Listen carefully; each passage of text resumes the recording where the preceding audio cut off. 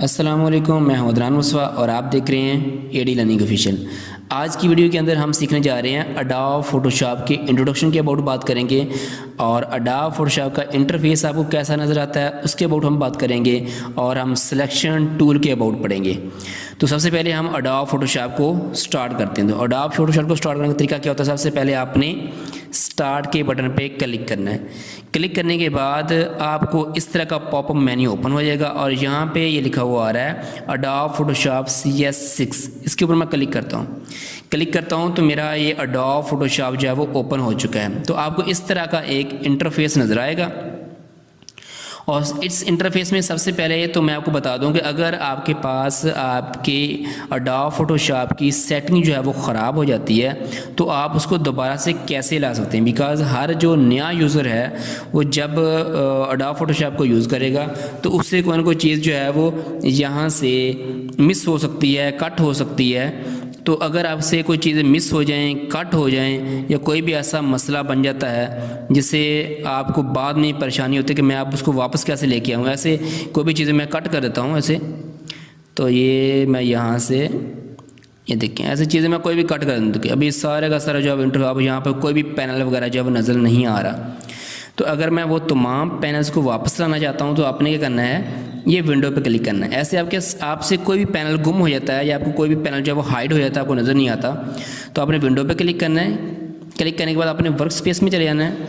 Work space के बाद ये नीचे ऑप्शन आ रहा है हमारे पास रीसेट एसेंशियल, इसके ऊपर मैंने क्लिक करूँगा।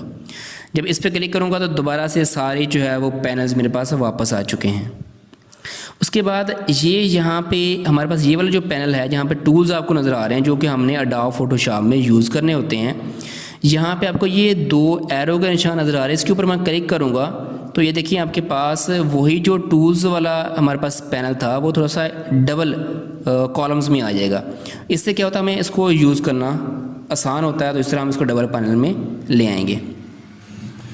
उसके बाद मैं कोई भी नई फाइल लेता हूं और आपको बताता हूं कि हम उसमें सिलेक्शन टूल्स का कैसे यूज़ कर सकते हैं। तो ये हमारे पास डिफरेंट टूल्स हैं, ठीक है। इस सारे सब टूल्स में से आज जिस टूल्स का हम यूज़ सीखेंगे वो है हमारे पास ये सिलेक्शन टूल। सिलेक्शन टूल का हमने यूज़ सीखना है। सबसे पहले तो मैं यहाँ पे कोई फाइल ले लेता हूँ, इस पे मैं आपको सिलेक्शन जो है वो टूल्स के अबाउट बताऊँगा कि सिलेक्शन टूल्स क्या है। उसमें हम सिलेक्शन ऐड वाला टूल भी होता है, सिलेक्शन सब्ट्रैक्शन भी होता है, तो उन सबको हम कैसे यूज़ करेंगे। तो फाइल लेने के लिए सबसे पहले आपने ये फाइल पे क्लिक करना है और यहाँ पे आपने न्यू पे क्लिक करना है, ठीक है।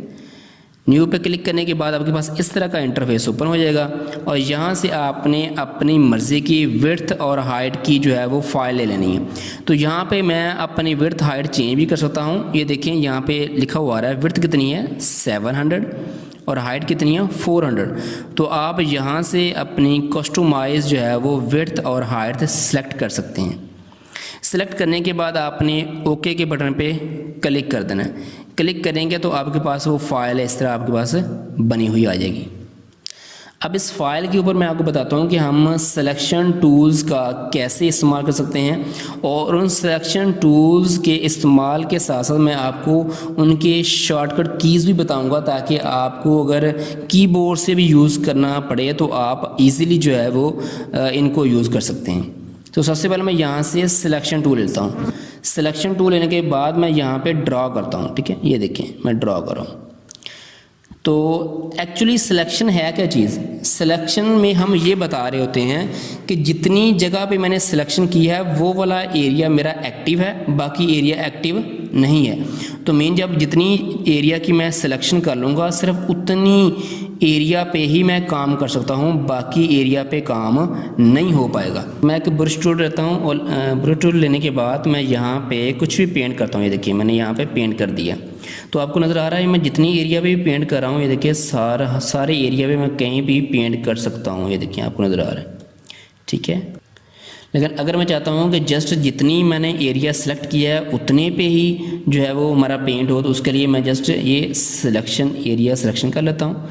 तो इसका मकसद ये होता है कि आपने जितना एरिया सेलेक्ट किया है जस्ट उतने एरिया पे ही आप काम कर सकते हो, बाकी पे नहीं कर सकते हो। दोबारा से मैं यहाँ पे ब्रश टूल लेता हूँ, ठीक है। ब्रश टूल लेने के बाद देखें अब मैं बाहर जैसे मर्ज़ी वो टूल को घुमाता फिरूँ, बाहर कुछ भी पेंट नहीं होगा, जैसे जितना मैंने एरिया सेलेक्ट किया है उतने एरिया पे ही सेलेक्ट होगा, उतने एरिया पे ही पेंट होगा। तो मीन के सिलेक्शन टूल का मकसद ये होता है कि आप जितना एरिया सेलेक्ट करते हो आपका उतना एरिया एक्टिव होता है और आप उतने एरिया पर ही काम कर सकते होते हो। तो मैं दोबारा से ये ख़त्म करता हूँ।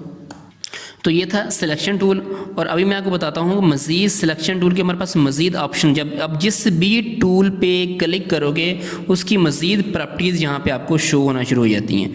तो ये देखिए मेरे पास इसके बाद ये देखिए मैं यहाँ पे सिलेक्शन करता हूँ, जब भी नई सिलेक्शन बनाऊँगा तो पिछली सिलेक्शन क्या होती है ख़त्म होती जा रही है। देखिए जो ही न्यू सिलेक्शन बनाता हूँ पिछली सिलेक्शन क्या हो रही है, ख़त्म हो रही है। लेकिन अगर मैं चाहता हूँ कि पिछली सिलेक्शन ना ख़त्म हो, पिछली सिलेक्शन भी रहे, उसमें मज़ीद मैं सिलेक्शन ऐड कर सकूँ, तो ये साथ में मेरे पास मज़ीद ऑप्शन यहाँ पे आ रहा होता है। ठीक है, इसके ऊपर मैं क्लिक करूँगा। तो जब मैं इसके ऊपर क्लिक करूँगा तो ये देखिए अभी हम नई सिलेक्शन बना रहा हूँ, तो पिछली सिलेक्शन भी मेरे पास अवेलेबल है, मौजूद है, और नई सिलेक्शन भी बनती जा रही है।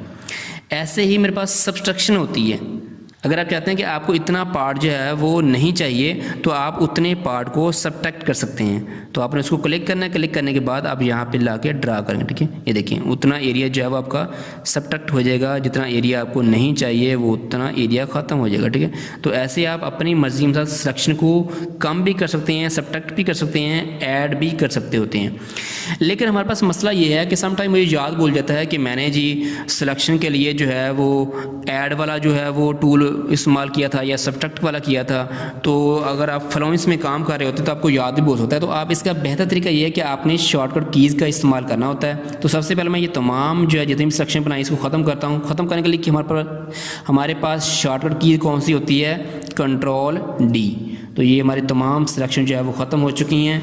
और अभी मैं दोबारा से एक नई सिलेक्शन बनाता हूँ और आपको समझाता हूँ। ठीक है, तो ये मैं एक सिलेक्शन ले ली। ठीक है, ऐसे तो ये सब्ट्रैक्शन वाली सिलेक्शन ऑलरेडी सेलेक्ट है, लेकिन मुझे याद भूल गया कि मैंने ऐड करना था, तो उसके लिए अब मुझे मसला हो रहा है। तो अब आपने क्या करना है, आपने शिफ्ट को प्रेस करना है, शिफ्ट को आपने प्रेस किए रखना है और आपने यहाँ पे जो है सेलेक्ट करते जाना है। ठीक है, तो अभी मुझे जो है वहाँ पे मज़ीद बटन्स को सिलेक्ट करने की ज़रूरत नहीं है। आपने जस्ट अपने शॉर्टकट की इस्तेमाल करनी है, शिफ्ट को प्रेस करेंगे और आप जो है वो सिलेक्शन बनाते जाएंगे तो आपकी सिलेक्शन जो है वो होती जाएगी। तो आपको अलग से जो है वो वहाँ से जाके आइकॉन्स को पे क्लिक नहीं करना पड़ेगा। तो जब भी मैं शिफ्ट पे क्लिक करूँगा तो बाय डिफ़ॉल्ट अपने आप ही जो है वो मेरा जो कर्सर है वो सिलेक्ट कर देगा किसको, ऐड वाले बटन को। तो ऐसे ही अगर आप सब्ट्रैक्शन करना चाहते हैं तो आप सब्ट्रैक्शन भी कर सकते हैं। उसके लिए आपने आल्ट की का यूज़ करना है, आपने आल्ट की को प्रेस करके रखना है और उसके बाद आप जो है वो सिलेक्शन बनाएंगे। जब मैं आल्ट की को प्रेस किए रखूँगा और सिलेक्शन बनाऊँगा तो मेरी सिलेक्शन क्या होती जाएगी, सब्ट्रैक्ट होती जाएगी। ठीक है, तो इस तरह जो है मैं कीज़ की मदद से भी सब्ट्रैक्शन और एडिशन कर सकता हूँ और आइकॉन्स की मदद से भी सिलेक्शन और सब्ट्रैक्शन कर सकता हूँ।